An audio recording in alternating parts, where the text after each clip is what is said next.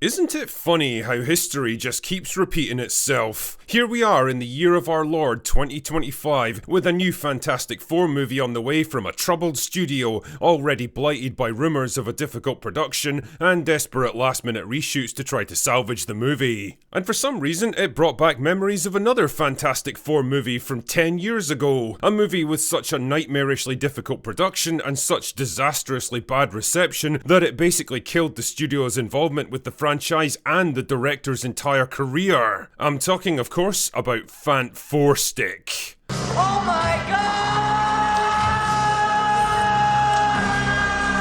Now, to fully understand how this movie came about, I need to give you a little history lesson. The problems date all the way back to the 1980s when a cash-strapped Marvel sold off the film rights to some of their most iconic characters in a decision that still haunts them to this very day. In the case of the Fantastic Four, the rights went to Constantine Films in 1986, but they came with a 10-year time limit, basically meaning that the studio had to do something with them by 1996 or they'd default back to Marvel. Unfortunately, the 90s weren't exactly a golden age for superhero flicks. There was no real audience demand for a Fantastic Four movie, and Constantine Films didn't have the resources to do something like that anyway, so they did what any retarded studio would do and hired the king of B-movies himself, Roger Corman, to direct a low-budget, unreleased Fantastic Four movie purely as a rights retainer. Apparently though, the actors were never told about this plan and thought that they were making a genuine movie, but whatever. The first serious attempt came in 2005 when the superhero craze finally took off. 20th Century Fox bought the rights and made their own big budget adaptation of the Fantastic Four. And it was...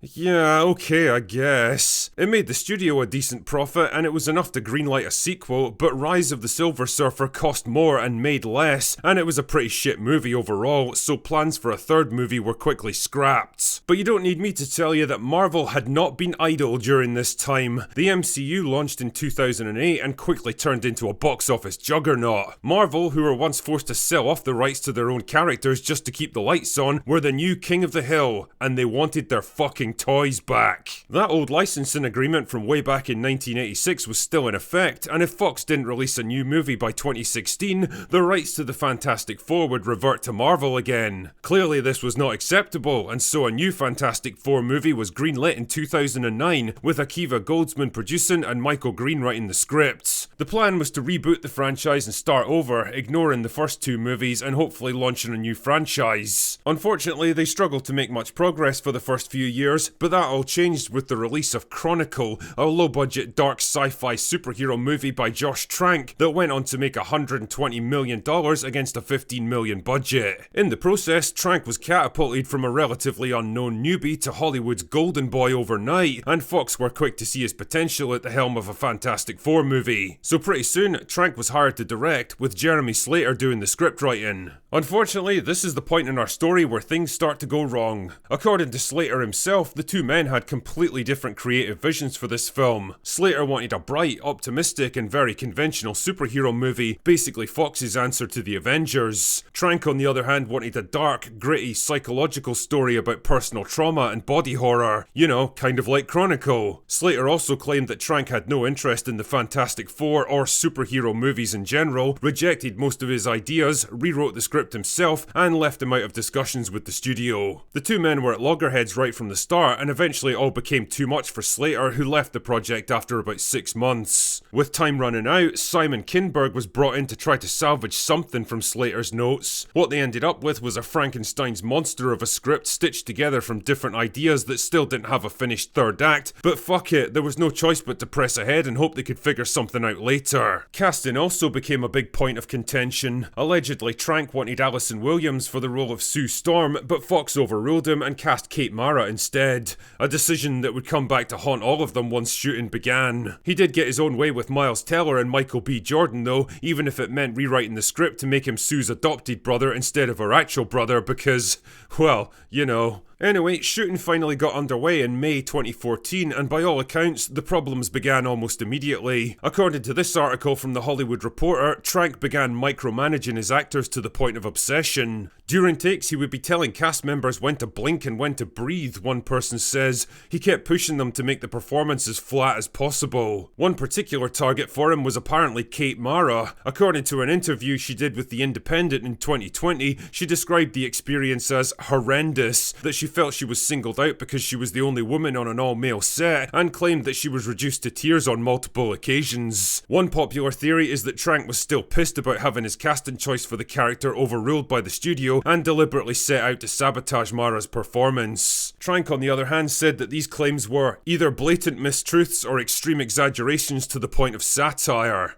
I'll let you be the judge. But it seems like Kate wasn't the only one having issues with him. Miles Teller was getting increasingly frustrated with Trank's directing style and clashed with him on several occasions. At one point, things apparently even got physical between the two men. Again, Trank offered a different explanation and claimed that Teller was arrogant and full of himself. An interview with Polygon says the actor took a "I'm a movie star now" approach to acting, which involved questioning even the most low-impact performance requests. Either way, there's no denying that the atmosphere on set was getting increasingly toxic as the shoot dragged on, and according to reports from multiple sources, Trank began to isolate himself from the rest of the cast and crew. He holed up in a tent and cut himself off from everybody, says one high-level source. He built a black tent around his monitor. He was extremely withdrawn. Between setups, he would go to his trailer and he wouldn't interact with anybody. Trank later claimed that it was just a traditional video village setup because sometimes you can't actually be out standing next to the camera because the camera's on a fucking dolly. Needless to say, Fox were getting pretty nervous about all of this, but they were also reluctant to intervene for two reasons. One, the movie was halfway through production and it would be tough to find anyone willing to take over, and two, they already had a reputation for micromanaging big film projects at the time and they didn't want to make things even worse. So they waited until the first rough cut was ready. And wow, did things go downhill fast after that. Up until then, there was still some kind of hope that Trank could deliver on his creative vision for the film. Sure, there'd been problems on set, but that wasn't exactly unknown in the film industry. But after that first rough cut, there was just no hiding it anymore. Fant4stic was turning into a fucking disaster. Straight away, they went into panic mode and ordered major reshoots, especially on the third act. Trank was sidelined and Simon Kinberg took over, trying to cobble together an ending from the scraps that they had. Getting the cast back together was almost impossible since they'd all moved on to new projects by that point, so a lot of material was shot with doubles and the production moved to LA to film scenes with Teller against a green screen. It was chaos, says a crew member, adding that Trank was still in attendance but was neutralised by committee. Kate Mara had shaved her head for another role, forcing the production to shove the kind of wig on her that would make Steven Seagal feel embarrassed and just hope that nobody would notice. Well, it turns out that they did. Fant4stic finally released into the August dumping ground in 2015 to a critical lambasting and went on to bring in less than 170 million worldwide, officially making it a flop.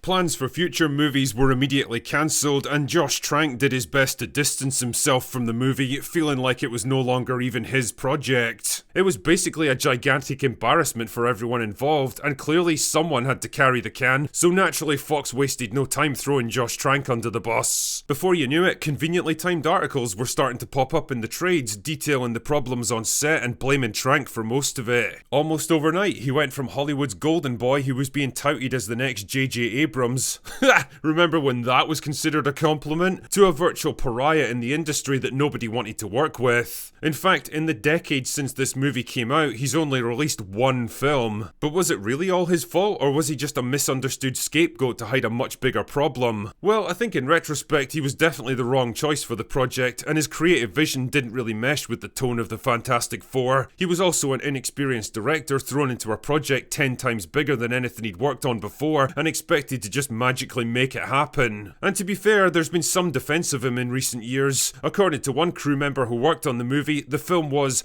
ill-conceived, made for the wrong reasons, and there was no vision behind the property. Say what you will about Marvel, but they have a vision. Are you serious? Oh, how times have changed. Another commented, "To me, it was a classic indictment of the entire system. Give Josh Trank a 20 million movie, groom him, but they don't make those movies anymore. Nobody should escape scrutiny on this one. Everyone should take a good look in the mirror, myself included. Even I probably did the movie for the wrong reasons." But hey, I'm sure everyone learned their lessons when it came to Fantastic Four movies. I mean, it's not as if a disaster like this could ever happen again. Right?